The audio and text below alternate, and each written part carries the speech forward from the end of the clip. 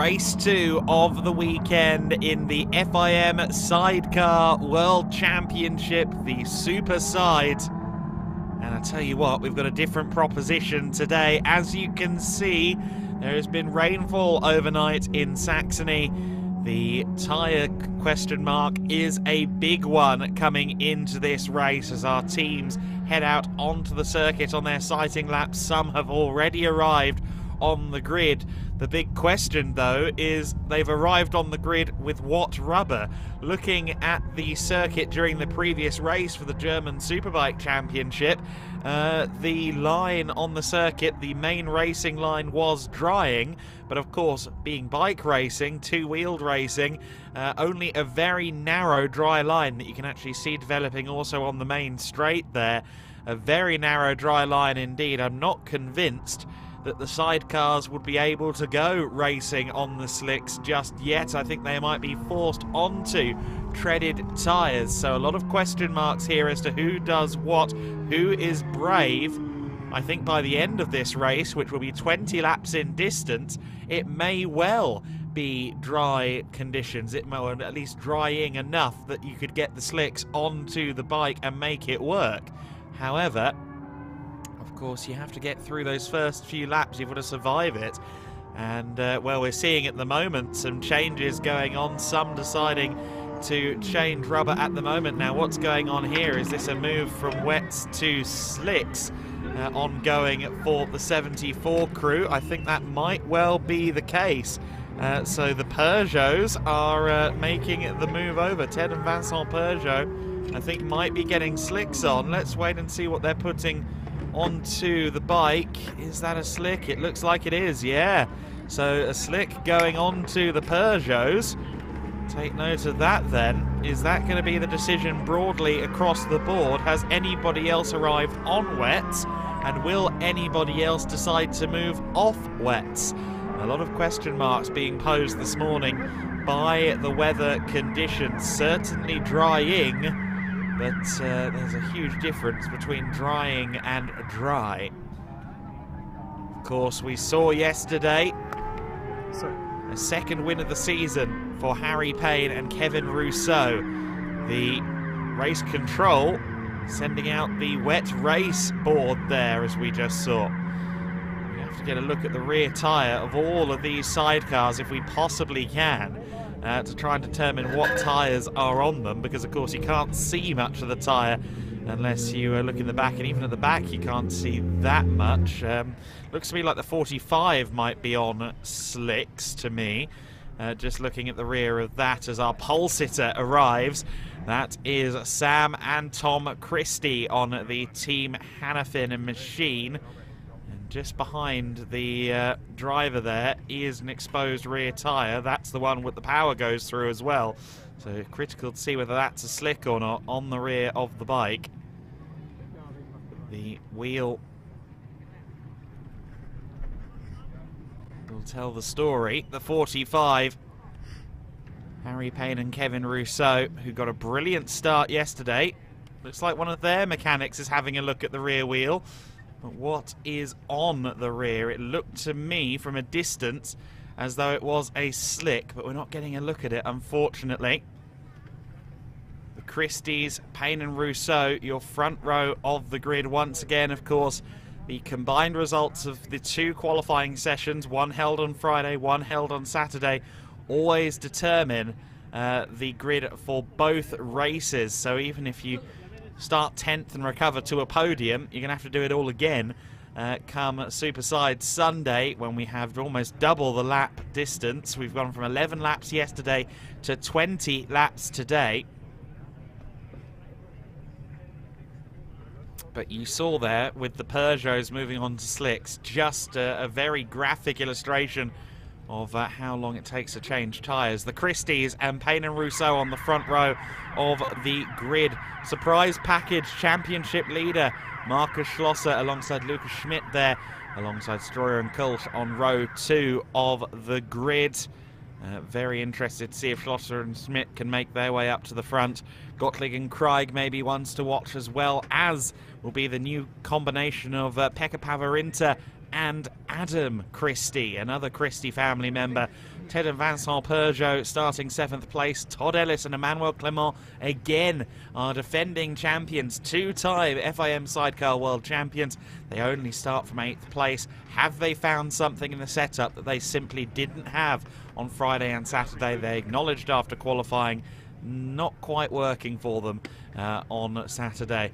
Wyssen and Salmon on row 5 alongside Werkstetter and Pirat, Leglis and Chescuti on row 6 alongside Archer and Janssens.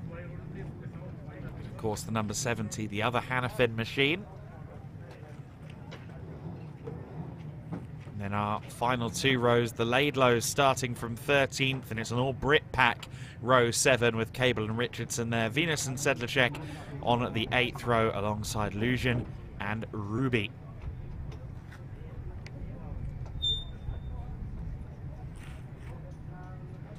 Well, certainly there's many an uncertainty going on at the moment. Are we getting a look at the rear tyre there? Yes. Okay, so looks to me like slicks on just about everybody at the moment. I think the collective decision throughout the field seems to be that it is going to be slick weather soon, if it's not already. That seems to be the way that things are going. See there, the Peugeot still reapplying their bodywork, but what I was saying just before we went through the grid, graphic illustration here of why, unlike a car race, you won't see, or even a conventional motorcycle race, you more than likely won't see a tyre change during a race unless it's absolutely necessary.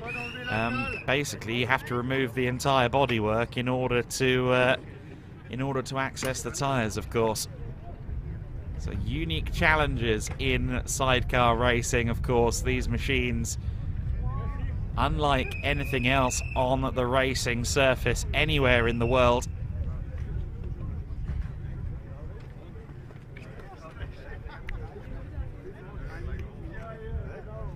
As we look overhead, you see everybody just warming up, just getting themselves fighting spirit ready. One expects this race to be a compelling one. I think errors are not going to go unpunished in these conditions. It is certainly not a fully wet track. You're not going to find anybody aquaplaning on these slicks.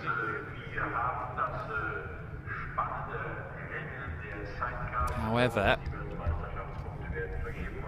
there's certainly room for errors to be made. Of course, we often see them taking alternative lines, trying to go side by side through corners. There might be a little bit less of that. We'll see what happens. This is going to be certainly a different dynamic to yesterday's race. Of course, there's also the matter of the fact that they have to go almost twice as long, 20 laps, so they might be looking to look after that rear Hoosier tyre in particular. Of course, the Hoosier tyre still a relative unknown after many years of the sidecar community relying on Avon tyres. The Avon sidecar tyre is no longer available, therefore we've moved over to Hoosiers. And the effect of that is that everybody has to learn something new at once.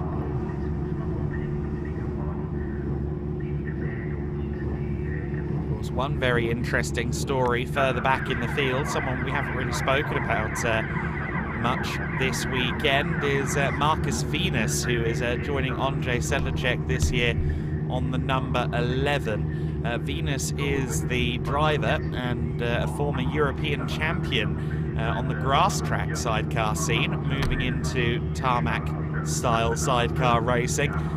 Sedlacek, meanwhile, has been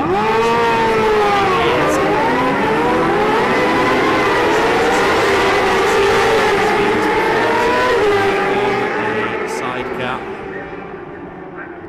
Certainly people had high hopes for the grass track European champion coming out of some of his runs towards the end of the season in smaller competitions, but this is the big stage. This is the World Championship. Incidentally, Points also being scored for the IDM Championship, the German series. So that's worth bearing in mind as well. You've got 2 points classifications going on here. It was Lucas Weissen and Emma Salmon, the French-Swiss combination, on the 41 that got the maximum point score out of yesterday in the IDM Championship. Of course, yesterday in the World Championship, it was Payne and Rousseau that topped the standings. However, they now have to focus in on another opportunity to try and take a win. So far, their record in 2024 reads P1 DNF P1. Not quite enough to lead the championship. Championship lead, to my math, still with Schlosser and Schmidt on that number 3 machine, the black and yellow bike, returning to the World Championship stage this year. Let's see if Payne and Rousseau can continue to exploit the pace they seemingly have with this new rubber, with that Steinhausen racing bike. The question mark remains, how will this weather affect things? It certainly is drying. The Sachsenring circuit at parts looks practically completely dry, so maybe the slip and slide surface won't be quite as much of a factor as anticipated. However, look at that on the front row. Sam and Tom Christie are on the dry line. Payne and Rousseau are on a damp patch. That could be critical on the run to turn 1.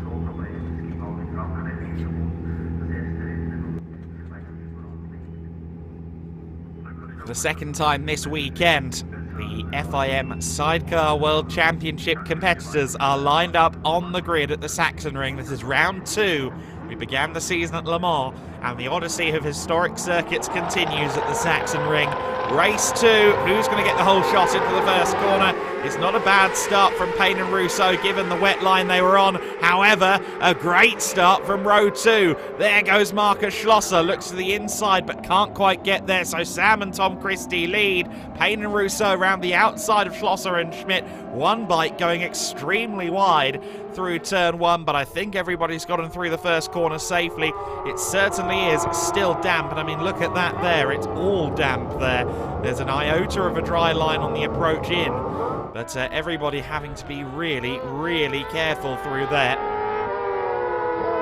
The weather is not their friend. It hasn't been their friend in the morning. It's left them with a circuit that is certainly treacherous. They'll be just finger-tipping the throttle, trying not to spin up those wheels. Of course, if you spin up the wheels with limited traction, who knows where you're going to end up. The 45, Steinhausen racing bike, chasing the Team Schlosser machine.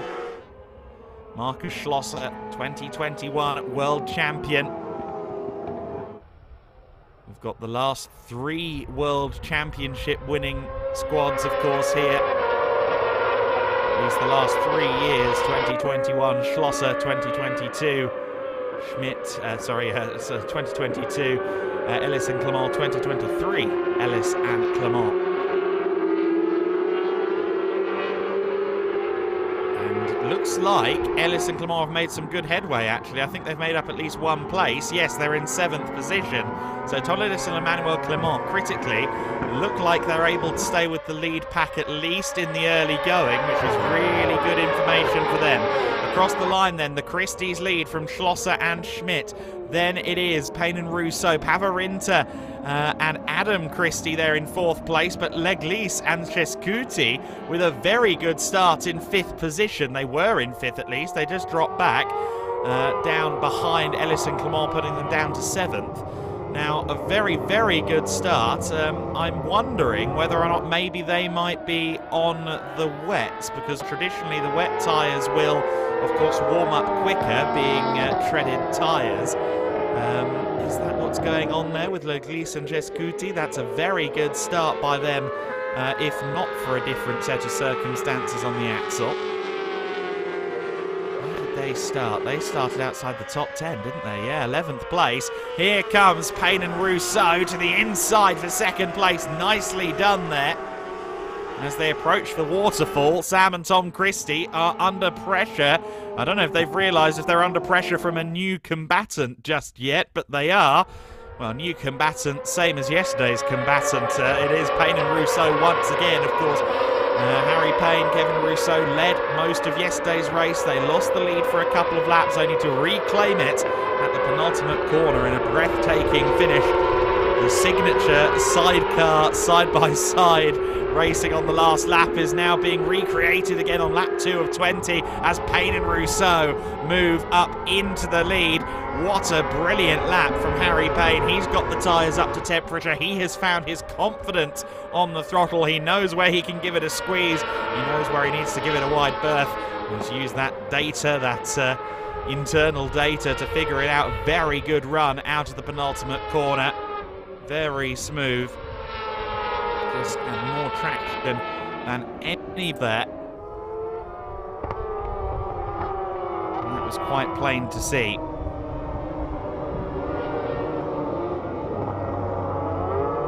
He's going through the Saxon curve and just powered down.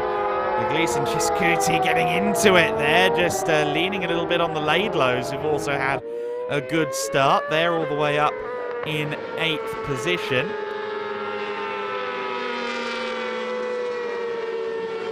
Very promising start for the Laidlows then.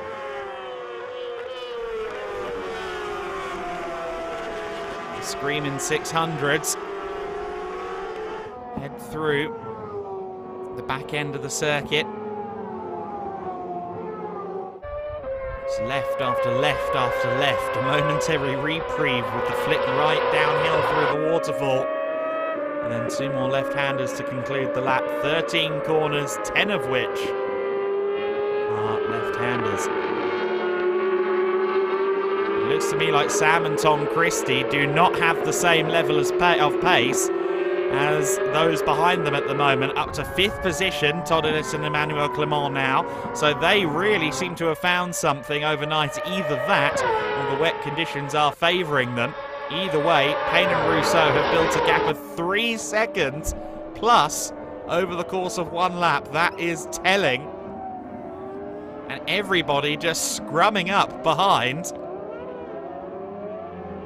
the team in second place. Ellis and Clement there went wide at turn 1, and if you go an iota wide at turn 1, you lose all grip, you lose track position as well, and we've seen it there out of Ellis and Clement side by side for 4th place as Pavarinta tries to find some grip. Leglise and Chiscuti once again having an absolutely wonderful race on the 521 competition LCR Yamaha.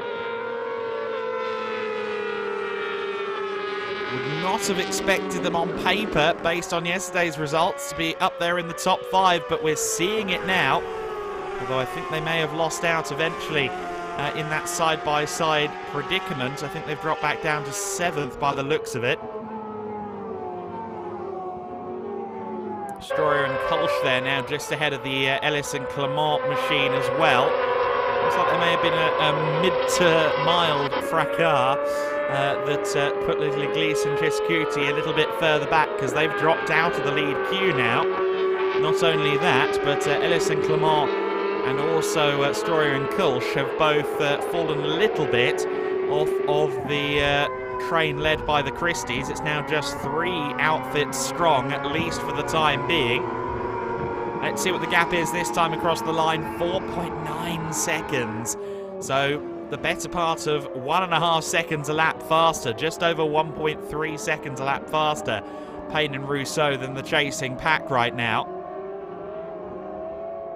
Started, of course, from the front row, fell back to 3rd, trying to get the traction down on a damp part of the circuit off the line. Very quickly moved up to the lead on lap 2 of the race, and are now making good their escape. And I get the feeling that unless someone breaks the dam from Team Hannafin Racing, that's Sam and Tom Christie, I don't know that they're going to be catchable. Of course, we've got a long way to go, 15 laps of this race left to run.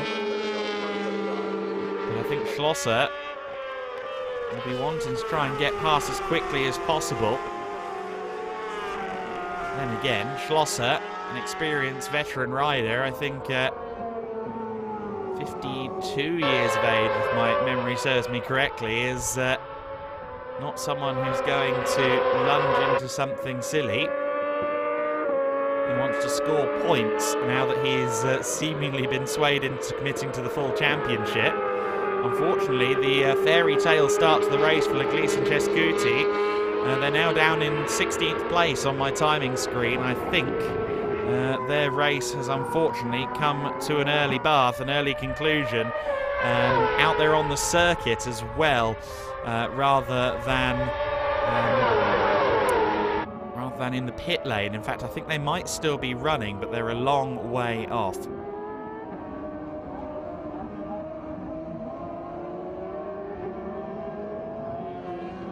There we see this battle then for second, third, fourth and fifth. Ellis and Clement haven't really been able to close back in sixth position. They're still 3 or 4 bike lengths further back in on the number 6 machine, the LCR Yamaha. They'd like to at least get a top 5 finish out of this weekend if they can. 5.1 seconds was the gap at the line. I think that gap has gone down. Meanwhile, Weissen and Salmon, who took the win within the German championship, within the IDM championship yesterday, I doubt they'll be repeating that. They, I guess, went into the gravel just a little bit, and Salmon, she pushed that machine back onto the circuit. And through into third place has gone Pavarinter. Pavarinter and Christie are now up into third place. So Schlosser and Schmidt have lost out there. Markus Schlosser now off the podium. And their racing has allowed the 34 a little bit of breathing room. Sam and Tom Christie have bit of a gap to play with now, and I thought Payne and Rousseau were closer to the Christies. The gap has halved, 2.3 seconds, as Schlosser fires back for third place, gets the position into turn 1. Very, very well done there. Got a great run out of the final corner, utilised that to perfection. Ellis and Clement are back in it now, though. They're right behind Stroyer and Kolsch on the number 6. Ellis with a famously deft hand when it comes to late braking. I'm sure also a very deft hand when it comes to just squeezing the right amount of throttle, no more, no less, in conditions like these. We'll be wanting that top 5 position if possible. The top 6 in this race at the line split by 3.981 seconds. 6 outfits within 4 seconds. 7 laps deep into this race. I'm not sure quite what happened to Payne and Rousseau on the previous lap that they lost so much time, but again, not the strongest second sector from Payne and Rousseau. A 27.1 in sector 2 of the lap from them. Everybody else behind them down to 4th place in the 26s. So it does seem as though Payne and Rousseau are losing a little bit of whatever steam was behind them, as they built that gap massively early on. There is the recovering 33, I think that is, just ahead of them. And here's a side-by-side moment. Ellis has gotten past Stroyer and Kolsch, but Stroyer and Kolsch fighting back, diving to the inside at the first corner, but too wide into the turn. And Ellis just cuts back to the inside. Nice riding from Todd Ellis once again. Emmanuel Clement clings on. Sam and Tom Christie getting held up here. This is useful for the leaders, for Harry Payne and Kevin Rousseau. This is really helping them immensely. I don't know that the 35 machine knows that the leaders are there with him. That, I believe, look like 35 of Werkstetter and Pirat, as we get a replay of Todd Ellis making the move. And finally, a few of the leaders have managed to get past the machine that is slow, but unfortunately with such a narrow dry line, the opportunities for the leaders to actually get through are limited, and that's exactly what we've seen here. It's really broken up the rear of the pack. In fact, I think it might have been the 25 of Lujan and Ruby, actually. That would make a lot more sense there. Down at the rear of the running order in 15th place. Nonetheless, Todd Ellis to the inside of Pekka Pavarinta. We've seen that before. These two fought for the victory at Most last year, of course. And now up to 4th position, Todd Ellis on the hunt for a podium. And it's a hunt that may well yield some prey, because it looks like Ellis and Clement have good pace. Now, what's the gap between Payne and Christie at the front? 4.3 seconds. The gap doubling there because of the wrong-footedness in lapped traffic. And look at Schlosser now, 5th position and 10 seconds off the lead in 5th place. Schlosser really lost out in that lap traffic shenanigan. Let's hope it's not shenanigans plural when they find some more back markers. I think they've got a little bit of clear track space ahead of them now. And the question remains, now that we're once again in clear track, are Payne and Rousseau going to lose out to the Christies and those behind them once again? In fact, Ellis and Clement moving up not to 4th place there, but to 3rd place, of course, because of Schlosser falling down the order. So my apologies for that. Ellis and Clement are up to 3rd position now.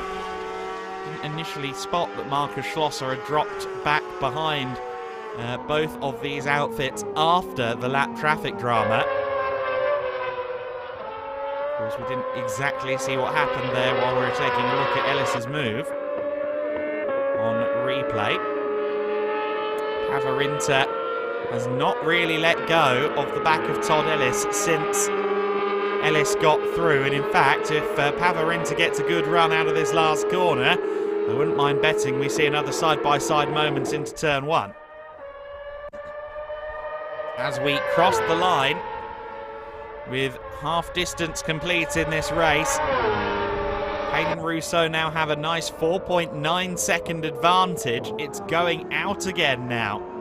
Their pace is currently better than what we're seeing out of the Christies.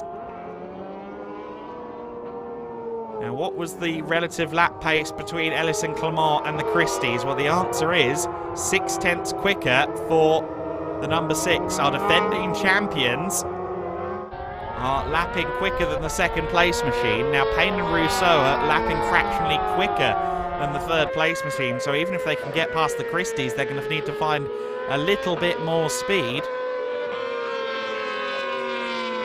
But certainly, 2nd place could very much be on the cards. Sam and Tom Christie going wide there. Do they have a problem? They slowed massively. Now, did they just get caught out on a damp patch and end up straying wide? Or was that the sign of a problem? It looks like the Hannafin machine is running at full speed. The LCR Yamaha looks like it's carrying good speed as they go downhill through the waterfall. But we now have a 3-bike scrap for 2nd place as they run down the hill towards the Saxon curve, where the move for victory was made less than 24 hours ago.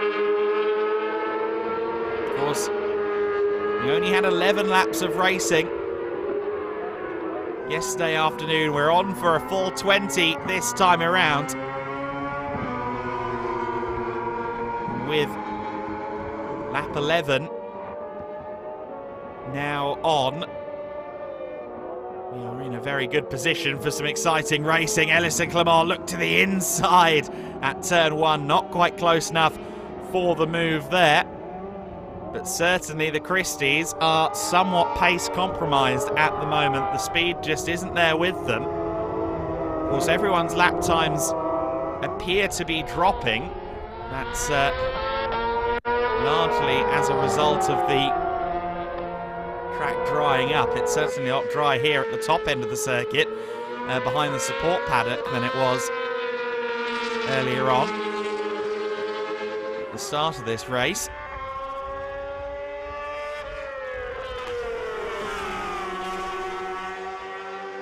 Here is your battle then for 2nd place. Sam and Tom Christie in that P2 position. Ellis and Clement looking to net a first podium of the weekend.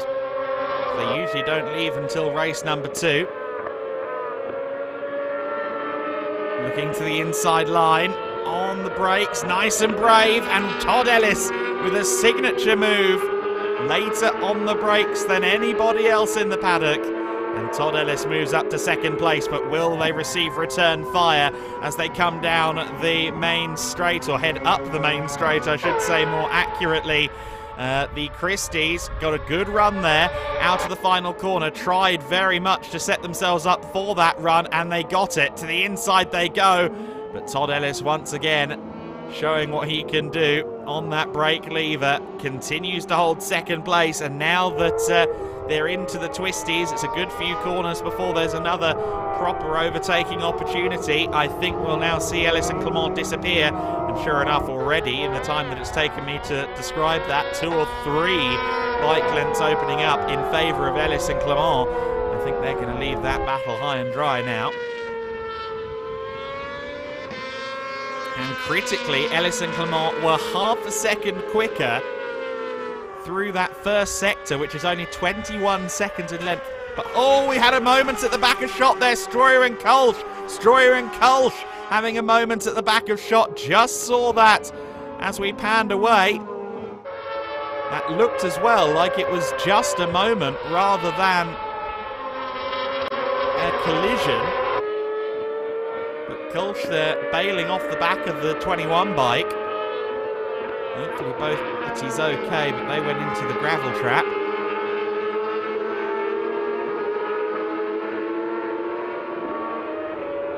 We head on to lap 13 of the race time then. Gap was 5.1 seconds a lap ago. What is it going to be now? 4.2. The gap is coming down again, but the Christies are right there with Ellis and Clement once more. Ellis again, later on the brakes, braver into turn 1. There's a fine line between bravery and brilliance in these conditions, and Ellis is exhibiting both. That is why Emmanuel Clement and Todd Ellis are champions. There you see the Stroyer and Kulsch outfit. Is that a little bit of Schlosser machine on there as well? Did I see a little bit of black and yellow? The bike is still out there. You can see Markus Schlosser and Lukas Schmidt in 5th place. But did they maybe have more of an involvement in that than I anticipated? There's the 21, and there's a little bit of black and yellow bodywork. I think that perhaps Schlosser and Schmidt did have a role in that moment there. We didn't see the full moment, but we did see the outcome. Well, Payne and Rousseau had 4.2 seconds over Todd Ellis and Emmanuel Clement at the start of the lap. I'm going to wager that's more like 2.5 when they cross the line. I think it could even be less than that. Ellis and Clement were 8th on the grid in the qualifying session. They remained 8th during the race. On Sunday, whether it's because of the conditions or because they found something with these Hoosier tyres with their setup, the gap has come down 1.6 seconds. Ellis and Clement having a fabulous race from row 4 to the podium at the moment, and who knows what step they could end up on. They've got the Christies and Pavarinta and Adam Christie pursuing them, of course, so it could still be that they lose positions rather than gain, but certainly Harry Payne and Kevin Rousseau are going to have something to think about, I think, before this race concludes.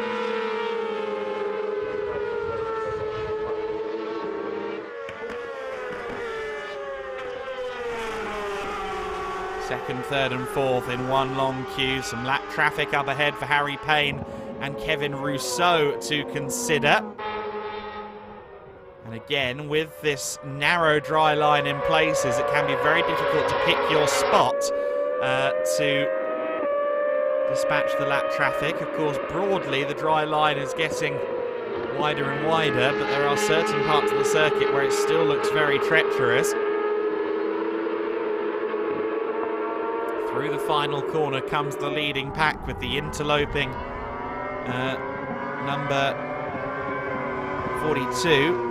That is Gottlieb and Craig, who of course started well up the order. I wonder if they maybe stayed on the wets. That would explain perhaps their lack of pace in this race, but they get put a lap down by the leading combatants. And look at that gap. What was it at the line? 0.7 of a second.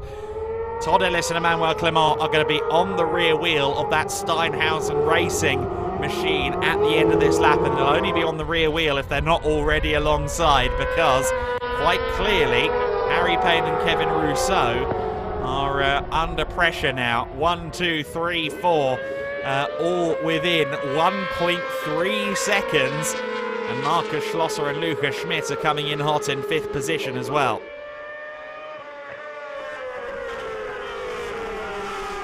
We've not wanted for intense racing at any point in this FIM Sidecar World Championship race. This race has been going now for just over 23 minutes. There are still laps left. For the passengers, the physical element of this race getting more and more prominent. Of course, this circuit's a little more forgiving than somewhere like Most, for example, which is the polar opposite character to the Sachsenring for constantly doing switching back from left to right, left to right. But nonetheless, this is becoming more and more of a challenge. And speaking of challenges, Sam and Tom Christie looking to the inside as they run down to the first corner. The Christies with a nose ahead, but Todd Ellis once again later and braver on the brakes, retains 2nd position. But to my point, this could go any way. However, a red flag has just gone out on the circuit. Red flag.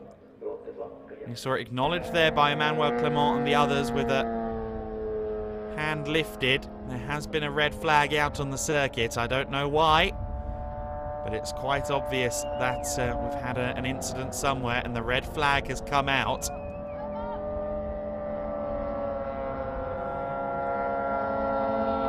To my knowledge, we will have completed enough laps for the result to be declared.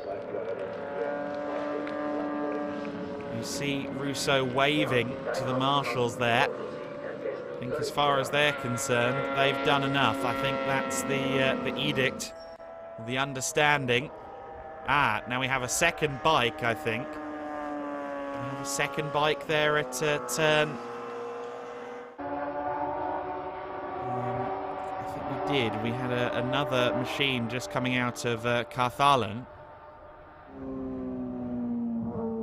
Looked like the other Hannafin machine to me. So I think Archer and Janssens potentially coming off their outfit. And maybe with 2 bikes in the gravel, it was decided that enough was enough. Of course, that's a best-case scenario. We never like to see a red flag in the FIM Sidecar World Championship. And if it's just Archer and Janssens now making it 2 in the gravel, and race control saying, yeah, I think that's quite enough obstacles in the gravel trap, I think that's probably a relief. Hopefully that is all it is. Indeed, Archer and Janssens, the only ones that aren't now registered as having taken the checkered flag. So I think that might be the scenario, which is certainly a relief. We didn't see them, we only saw their outfit, so hopefully they are okay. And it certainly looks like, I think that is Janssens, the passenger there. He certainly looks okay. Of course, that's the second bike to have been beached in that gravel trap, so it makes total sense that the teams have decided, or the stewards, race control, have decided that perhaps it's time that discretion is taken, and with 2 full sidecar outfits sat there in the gravel, that might be it. And Payne and Rousseau will celebrate a victory. Ellis and Clement, I think, will feel a little bit aggrieved, because just as we went to red flag there, I was getting the feeling that it was all about to change at the front. Yes, the Christies were still very much challenging, but Ellis and Clement, with that late braking, signature late braking of Todd Ellis, were really on a charge. I think we were just reaching crescendo points in that race. if we'd got the final 5 laps, I don't know quite who would have been where on that podium. However, that is sometimes the way things fall in sidecar racing, in any form of motorsport. Unfortunately, the red flag declared on this occasion. Such narrow margin for error today in these conditions. It didn't take much for these bikes to lose traction. If they were just an iota wide going through that long sweeping corner, and suddenly the rear wheel would spin up and they'd get spat out. And I think that's what we saw at Carthalan for both of these outfits. In that corner, Carthalan, not only would it have been a narrow dry line there as we saw, but also over the course of a race weekend, while I'm sure the marbles and rubber pickup was somewhat washed away by the rain, over the course of a weekend it really does become something like a rally stage on the outside line of that corner. You see it a lot in car racing. Those that go too wide through Carthalan towards the end of a weekend, it's always the one on the outside that ends up losing a huge amount of time just trying to stay in the right direction. I've walked the circuit after a race weekend here previously, and it is quite astonishing how much rubber is shed from the tyres over the course of the weekend around the fast sweeping left-handers on the back half of the circuit.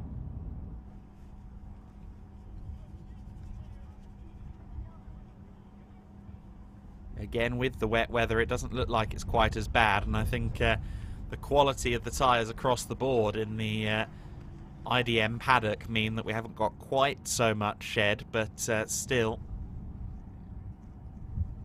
that corner can be very treacherous by the end of a weekend. Some debrief going on then. And the way Todd Ellis just showed a flop there in his body language, I think that might have been, I was chasing and then the red flag came out. That's my interpretation of that. But Todd Ellis and Emmanuel Clement will leave this circuit, I think, pretty happy. They now have definitive proof from that second race that the bike can be underneath them as it was last year. They look like the quickest outfit out there today. Came from 8th to 2nd, but Harry Payne and Kevin Rousseau just that little bit too strong, and that means 3 victories from 4 so far this season for Harry Payne and Kevin Rousseau, and with that, I believe they will take the championship lead. That is my understanding of the points situation. It would still be the number 3 of Schlosser and Schmidt second in the points. Unfortunately, my timing screen has already reset to the next race on the grid today, so unfortunately I can't run you through the results, which I was about to do, but unfortunately that opportunity has evaded me.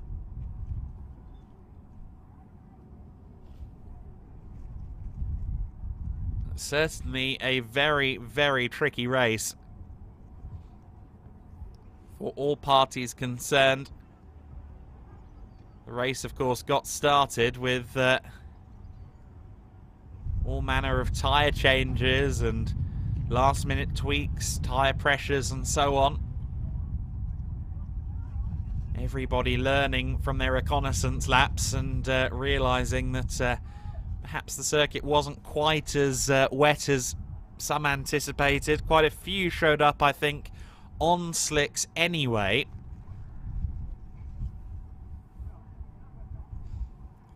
But those that didn't were quite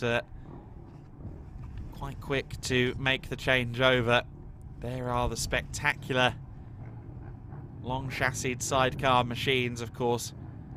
A lot longer than the F2 style outfits you'll see at the Isle of Man TT. Got a great illustration of that at Goodwood a couple of weeks ago. Great mainstream spotlight for the sidecar community with the sidecar shootout at the Goodwood members meeting a couple of weeks ago.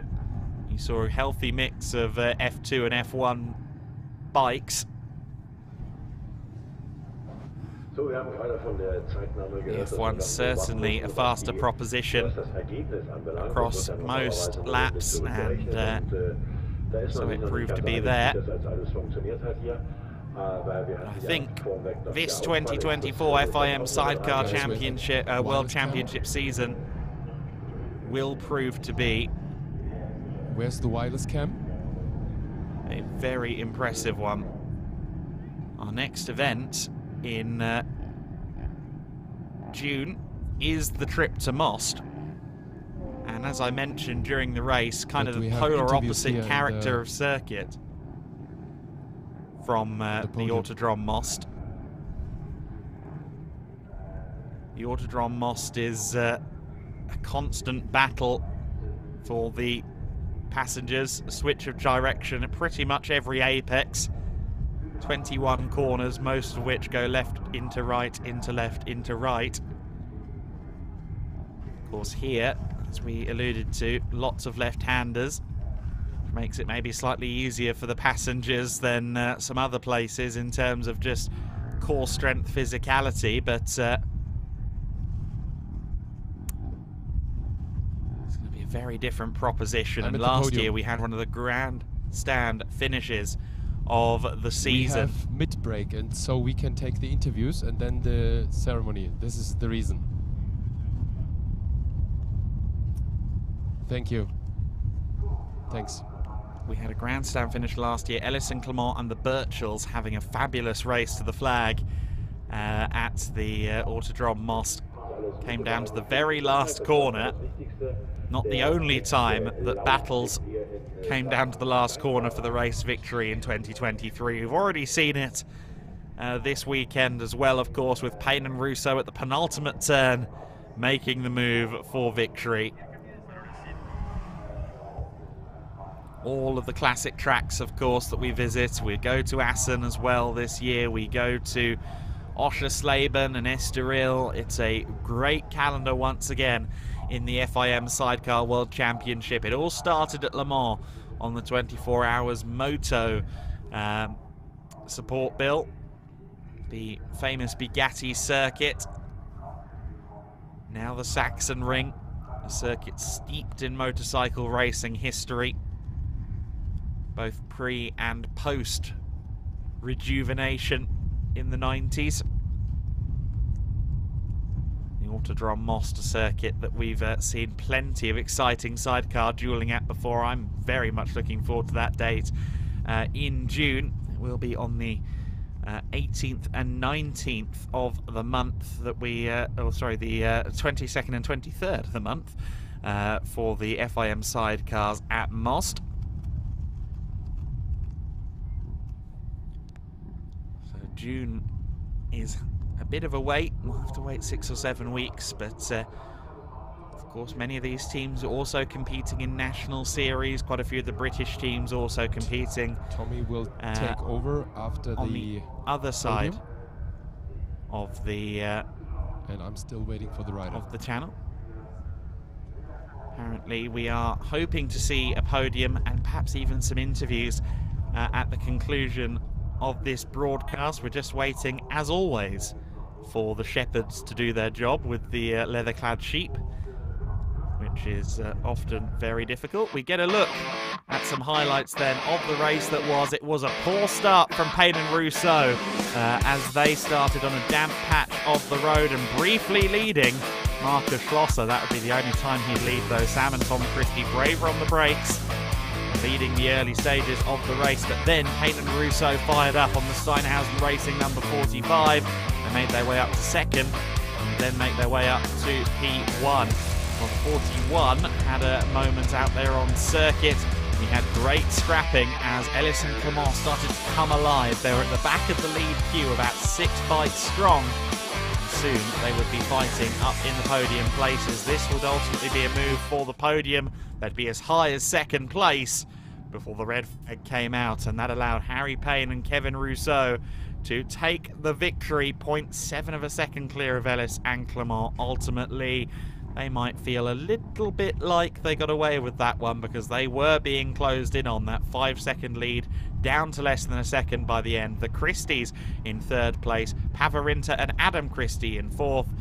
Schlosser and Schmidt were really improving towards the end of the race. Could they have had a podium? We'll never know. They were fifth place. The Peugeots in sixth, Werkstetter and Pirat in seventh, the Laidlows in eighth, Weissen and Salmon, despite their moments, in ninth, Venus and Sedlacek in 10th place, Archer and Janssens in 11th, Gottlieb and Craig in 12th, Lugan and Ruby in 13th place. I think they might have been the last ones to actually take the checkered flag there. So, a very exciting race. Although, as I said earlier, I think we did just miss out on the crescendo at the end of the piece, but we still had a lot of exciting racing in this weekend at the FIM Sidecar World Championship. Again, the second season now being promoted by IDM. I think the FIM and IDM doing more in lockstep this season. Of course, we started this season on the FIM World Endurance Championship paddock.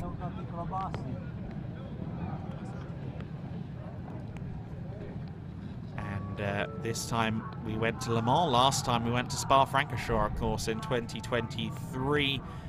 And we can expect plenty more cooperation as the years go on, I'm sure. It's great to have the headlining National Superbike Championship of Germany alongside the Sidecar World Championship.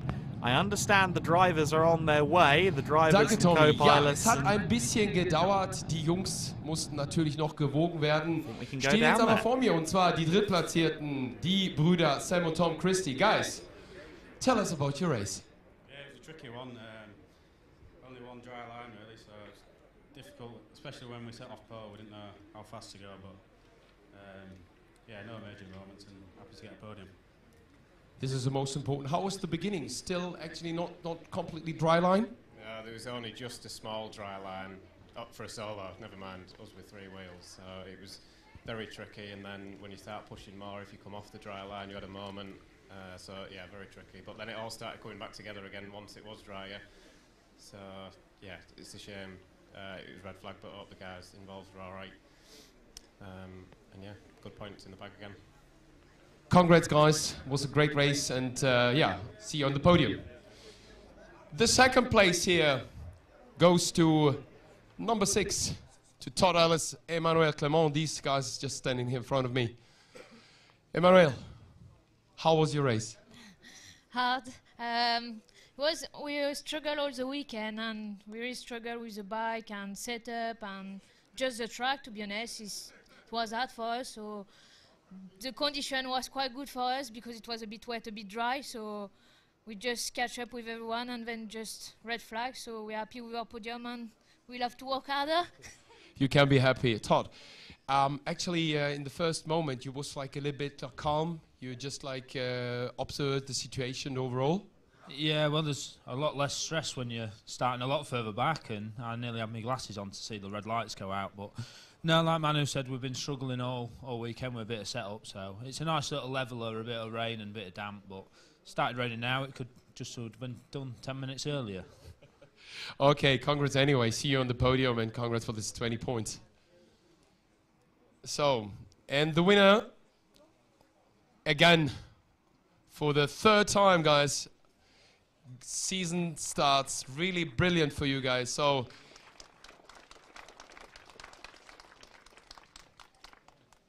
how was it? It was a good race, a little bit tricky race because it started to rain not so long before the race, and there was a lot of damp parts on the tarmac, so we had to be really careful, but also push in the same time, so it was not an easy race. Harry, you had an immediately gap when you just pulled off in the front, and then the gap smoked back again. So how did you do some mistakes, or how was it? Yeah, it was my sort of goal was to go, but we're starting on the right. It was completely wet, and I just wheel spin off the line. Yeah, when I could finally get past the boys, it was a couple of laps because they were being a bit careful. I managed to just take a little bit of risk and pull a bit of a gap, but the pit board said +6 or something. I thought, okay, yeah, maybe I am going a bit too hard, and Mike just trying to calm me down a bit. I thought, okay, maybe I need to be a bit calmer, and then they started to close again. I'm like, oh, okay, let's go. And then, yeah, I saw Benny went off, hope he's okay, and Kevin. And I thought, okay, little bit careful through with the yellow flag, because it's tricky, and if someone's in the grab, I didn't want to cause any more problems. So unfortunately, that let people close in a little bit too much, and then we got a bit lucky with the back marker, and then we managed to hold the gap. But I think really that was our race.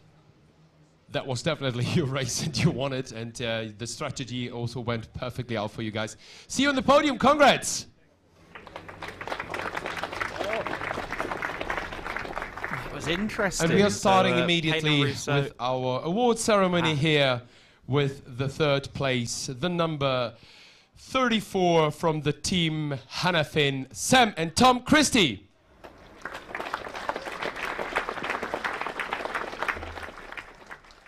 Followed on the second place with the start number 6 from the Ellis and Clement racing team, Todd Ellis, Emmanuel Clement.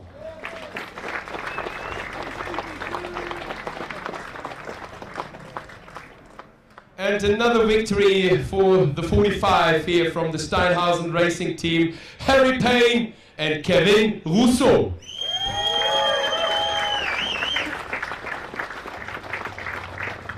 The plan worked perfectly out for you, and definitely you are also getting your presents right now here by the FMNR jury member Christian Farinelli for Sam and Tom Christie.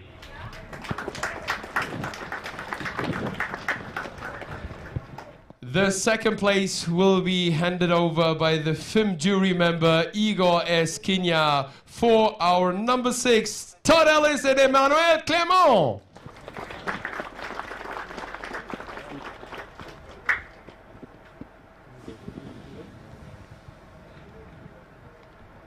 And the biggest trophy for sure will be handed out also by the FIM jury president, Raju Bulskru, and he will give it out to our again winner here on this second and long race with the 45, Harry Payne and Kevin Rousseau.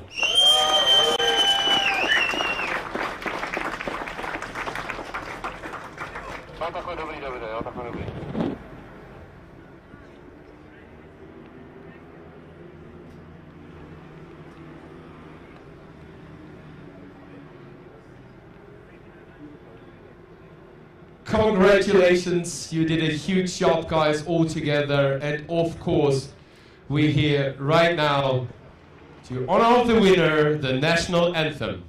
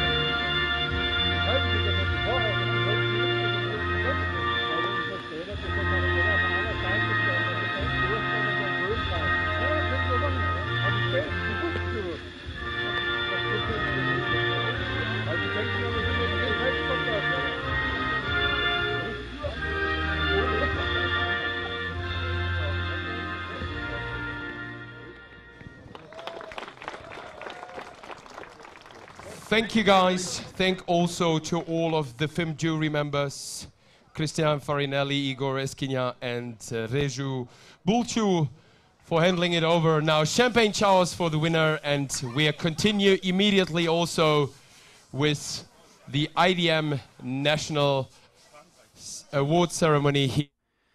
Well, while the ceremonies continue up on the podium, all that's left to say is congratulations to Harry Payne and Kevin Rousseau with 3 victories in 4 races. They should be our championship leaders. Make sure you join us again in a few weeks' time when the FIM Sidecar World Championship heads to round 3, the Czech Republic and Most.